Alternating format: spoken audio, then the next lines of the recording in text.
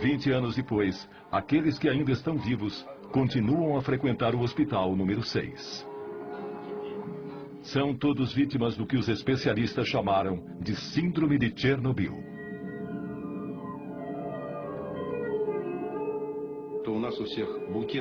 Os sintomas são muitos: coração, estômago, fígado, rins, sistema nervoso.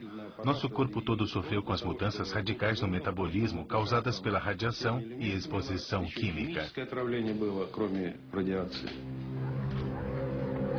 Quando os liquidadores voltaram para casa, estavam exaustos, incapazes de voltar a uma vida normal. 20 anos mais tarde, muitos dos que sobreviveram estão incapacitados, não podem trabalhar. Parece que as autoridades esqueceram suas dificuldades e diminuíram o valor das pensões. Os veteranos da guerra do Afeganistão ainda estão vivos, enquanto nós morremos aos poucos. Escrevi um poema sobre isso. Estou cheio de tristeza, nostalgia e angústia. É como uma bala na têmpora que nada pode deter. E a mãe reza em segredo para que Deus poupe a vida do seu filho. Esses homens não tinham nem 30 anos quando foram convocados para lutar contra o átomo. Hoje nem completaram 50 anos, mas têm as limitações de pessoas mais velhas. Segundo o exército, dos 500 mil liquidadores de Chernobyl, 20 mil já morreram. 200 mil estão oficialmente incapacitados. Você não sabe quanto tempo vai viver ou que doença vai acabar matando você. Não sabe quais os efeitos que isso terá nos seus filhos, se é que vai poder ter filhos. Só o que sabemos é que esse inimigo invisível está nos devorando por dentro, como um verme. Para nós, a guerra continua e aos poucos estamos deixando este mundo. Apesar de tudo isso, depois de 2 décadas, apenas 59 mortes foram oficialmente atribuídas ao acidente de Chernobyl. Nenhum único estudo foi feito com os 130 mil refugiados da região.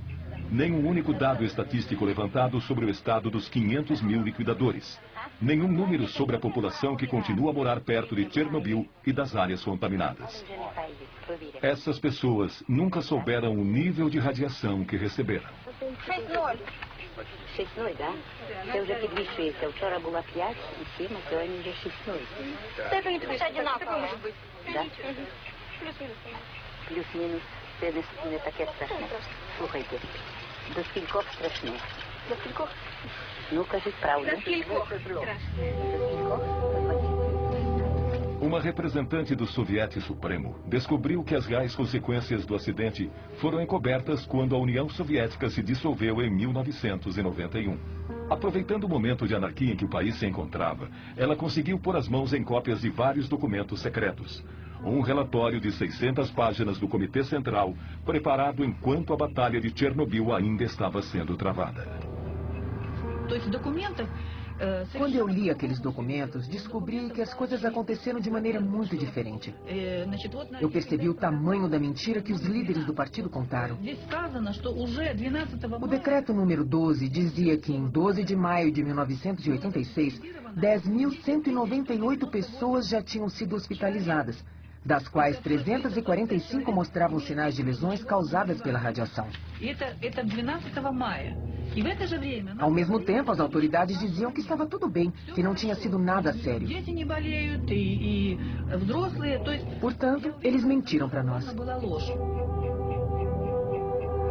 De acordo com Ala, outra passagem revela que as autoridades mudaram os padrões arbitrariamente, multiplicando por 5 aquela que era considerada a dose aceitável de radiação para o corpo humano.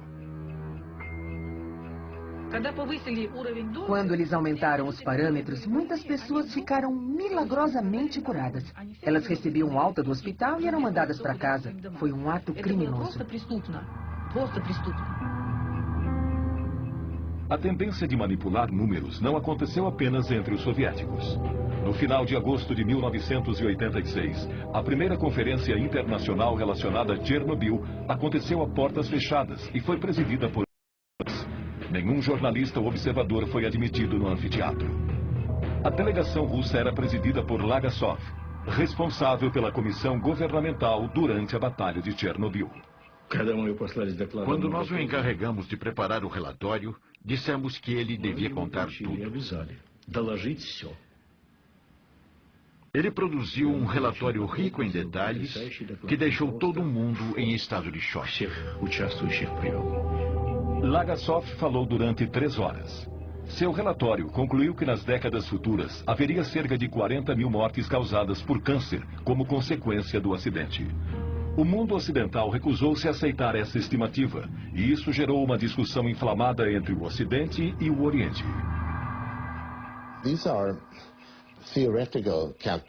São cálculos teóricos baseados no modelo de Hiroshima. O efeito a longo prazo da exposição a um determinado tipo de radioatividade mata uma quantidade X de pessoas. Então, multiplica-se por 10. Presume-se que seja por 10. Esse foi o cálculo. Não é um número exato, não é empírico. Os números se mostraram extremamente flexíveis. Ao final da conferência, não se falava mais em 40 mil vítimas, mas sim em 4 mil prováveis mortes. Quase 20 anos depois, em setembro de 2005, esse foi o número oficial de vítimas do desastre. A oposição mais ferrenha à política de transparência dos soviéticos foi a dos franceses, que negaram que a nuvem radioativa passou sobre o seu país. Est-ce qu'on a constaté quelque chose au-dessus de la France? Non, parce que les vents ne vont pas dans cette direction-là. Les vents tournent dans le sens inverse des lignes d'une montre. Il n'y a pas lieu du tout de s'inquiéter. C'est sans aucun danger pour la santé publique. 20 anos depois, na França e principalmente na Córcega, foram registrados vários casos de câncer de tireoide, do mesmo tipo e gravidade daqueles vistos em Chernobyl. O elemento mais perigoso que saiu do reator de Chernobyl não foi o césio, não foi o plutônio. Foi a mentira. A mentira de 86, é assim que a chamamos. Uma mentira que se espalhou como a radioatividade pelo país e pelo mundo inteiro.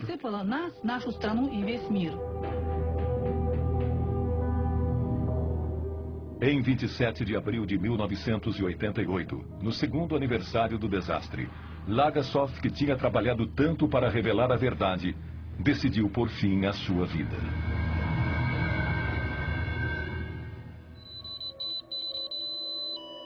Atualmente, como metáfora perfeita da mentira institucionalizada, as partículas radioativas arremessadas do reator na explosão continuam a envenenar o solo.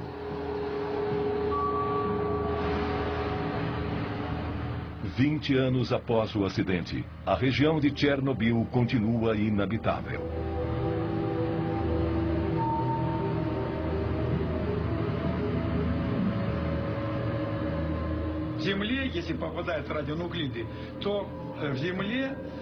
Em 5 anos, os radionucleidos afundam 5 centímetros no solo contaminado.